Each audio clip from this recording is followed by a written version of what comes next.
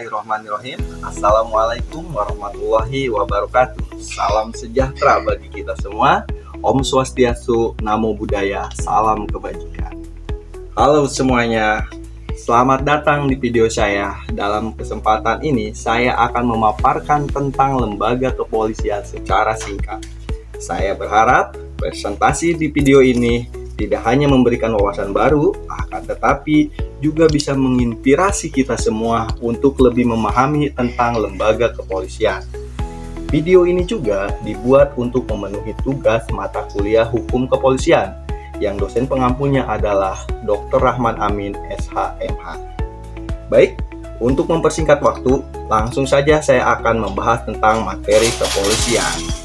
Pengertian kepolisian menurut undang-undang. Dalam Undang-Undang Republik Indonesia Nomor 2 Tahun 2002, Pasal 5 tentang Kepolisian Negara Republik Indonesia menyebutkan bahwa Kepolisian Negara Republik Indonesia merupakan alat negara yang berperan dalam memelihara keamanan dan ketertiban masyarakat, menegakkan hukum, serta memberikan perlindungan, pengayoman, dan pelayanan kepada masyarakat dalam rangka terpeliharanya keamanan dalam negeri. B. Kepolisian Negara Republik Indonesia adalah kepolisian nasional yang merupakan suatu ketentuan dalam melaksanakan peran bagaimana yang dimaksud dalam ayat 1. Lalu, mari kita telisik juga sejarah kepolisian di Republik Indonesia. Nah, pada masa kerajaan, pada zaman Kerajaan Majapahit, Patih Gajah Mada membentuk pasukan pengamanan yang disebut Bayangkara untuk melindungi raja dan kerajaan serta rakyat Majapahit. Lalu yang kedua, di masa kolonial Belanda, pada masa kolonial Belanda terdapat berbagai bentuk kepolisian seperti Petpolitie atau polisi lapangan, Stanspolitie atau polisi kota, dan Besturepolitie, polisi pamong praja. Nah, lalu di ketiga, di masa pendudukan Jepang, selama pendudukan Jepang, kepolisian juga dikenal sebagai Kampeitai, yang bertugas menjaga keamanan dan ketertiban serta menindak kejahatan. Lalu, pada awal kemerdekaan, tepatnya pada tanggal 19 Agustus 1945, dibentuklah Badan Kepolisian Negara atau disingkat BKN oleh Panitia Persiapan Kemerdekaan Indonesia atau kita singkat PPKI. Nah, lalu di periode kelima awal kemerdekaan, tepatnya pada tanggal 17 Juni 1946, sebuah sekolah polisi bagian tinggi didirikan di Mertoyudan, Magelang, yang kemudian menjadi Akademi Polisi pada tahun 1949. Setelah pengakuan kedaulatan Republik Indonesia, Akademi Polisi dipindahkan ke Jakarta, tepatnya pada tanggal 1 September 1950. Namanya dirubah menjadi Perguruan Tinggi Ilmu Kepolisian. Nah, lalu di era modernnya kepolisian di Indonesia telah berkembang menjadi organisasi yang lebih profesional dan terlatih dengan berbagai unit khusus untuk menangani berbagai jenis kejahatan dan situasi darurat. Nah, sejarah kepolisian Indonesia sendiri mencerminkan perubahan sosial dan kebutuhan masyarakat untuk keamanan dan ketertiban di masa depan. Nah, lalu saya akan menerangkan tentang tingkatan organisasi kepolisian. Yang pertama, di tingkat nasional kita sering mengenal dengan Mabes Polri atau kita kepanjangannya yaitu Markas Besar Kepolisian Negara Republik Indonesia. Ini adalah tingkatan tertinggi dalam struktur kepolisian di Indonesia. Mabes Polri dipimpin oleh Kapolri atau Kepala Kepolisian Negara Republik Indonesia. Lalu yang kedua ada tingkat daerah yaitu kepolisian daerah atau kita sering ucapkan dengan Polda.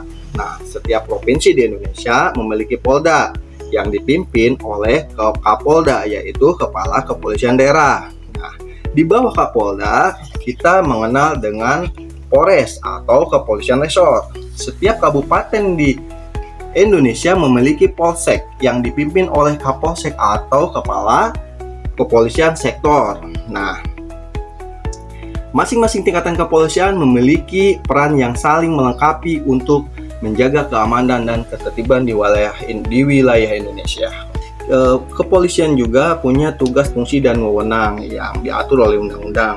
Contohnya tugas kepolisian lembaga kepolisian memiliki tugas untuk melindungi negara. Nah, ini diatur dalam pasal 13 Undang-Undang Nomor 2 Tahun 2002, disebutkan bahwa tugas kepolisian adalah: 1. Memelihara keamanan dan ketertiban masyarakat. Yang kedua, menegakkan hukum. Yang ketiga, memberikan perlindungan, pengayoman, dan perlindungan kepada masyarakat.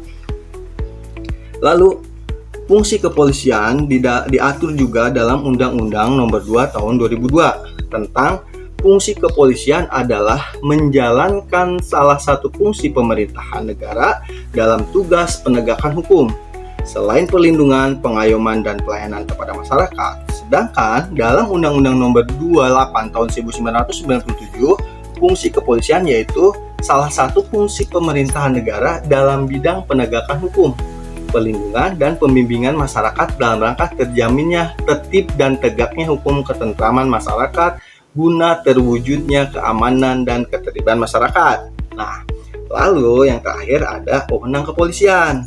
Selain tugas dan fungsi, polisi juga memiliki wewenang yang diatur dalam pasal 15 ayat 1 Undang-Undang Nomor 2 Tahun 2002 tentang Kepolisian Negara Republik Indonesia. Nah, di sini ada contohnya itu menerima laporan pengaduan, melaksanakan pemeriksaan khusus sebagai bagian dari tindakan kepolisian, melakukan tindakan pertama di tempat kejadian, mencari keterangan dan barang bukti, juga bisa memberikan bantuan pengamanan dalam sidang pengadilan atau pelaksanaan putusan pengadilan, dan juga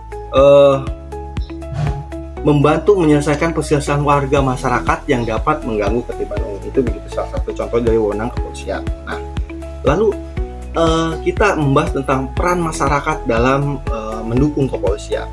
Nah, peran masyarakat sangat krusial sekali dalam mendukung kepolisian untuk mewujudkan keamanan dan ketertiban. Ada beberapa cara di mana masyarakat bisa berperan aktif dengan kepolisian, yaitu 1. Kerjasama dan partisipasi. Contohnya, masyarakat dapat serta ikut dalam program-program seperti community policing, di mana warga bekerja sama dengan polisi untuk mengidentifikasi dan menyelesaikan masalah keamanan. Yang kedua, tentang pelaporan kejahatan. Warga yang melaporkan tindak kejahatan atau peristiwa mencurigakan membantu kepolisian bertindak lebih cepat dan efektif dalam menangani kasus. Yang ketiga, ada edukasi dan penyuluhan. Masyarakat dapat mengikuti program edukasi yang diselenggarakan oleh kepolisian untuk memahami bagaimana cara menjaga keamanan lingkungan serta bagaimana bereaksi dalam situasi darurat. 4. Membangun kepercayaan. Kepercayaan masyarakat dan kepolisian sangat penting. Dengan membangun komunikasi yang baik dan transparan, masyarakat dan polisi dapat bekerja sama selama lebih efektif. Nah, lalu yang kelima ada mendorong kebijakan yang baik. Masyarakat dapat berpartisipasi dalam diskusi publik dan advokasi untuk kebijakan yang mendukung sistem kepolisian yang lebih baik dan adil. Yang keenam, mendukung penegakan hukum. Dengan mendukung penegakan hukum yang adil, masyarakat membantu menciptakan lingkungan yang lebih aman dan tertib. Nah, keterlibatan aktif masyarakat dapat membuat tugas kepolisian lebih mudah dan efektif. Keterlibatan ini menciptakan sinergi yang kuat untuk mencapai keamanan yang lebih baik. Mungkin itulah pemaparan dari saya tentang kepolisian secara singkat. Mudah-mudahan ini bisa bermanfaat. Nah, sebagai penutup, kita bisa mengambil kesimpulan tentang hubungan antara polisi dan masyarakat yang baik adalah sebuah kunci untuk menciptakan lingkungan yang aman dan harmonis. Jadi, ketika polisi dan masyarakat bekerja sama, maka akan dapat meningkatkan kepercayaan, memperkuat penegakan hukum, dan mencegah kejahatan secara lebih efektif. Program-program kolaboratif seperti Polmas, Siskamling, Babin Kaptibmas menunjukkan bagaimana interaksi positif dan partisipasi aktif masyarakat dapat mendukung tugas kepolisian. Dan tidak kalah pentingnya yaitu untuk membangun komunikasi yang transparan, saling pengertian, sehingga polisi dan masyarakat dapat bersama-sama menjaga keamanan dan ketertiban di lingkungannya. Baik, mungkin cukup sekian presentasi dari saya. Mohon maaf segala kekurangan dan penyampaian materinya. Wabillahi taufiq wal hidayah. Wassalamualaikum warahmatullahi wabarakatuh.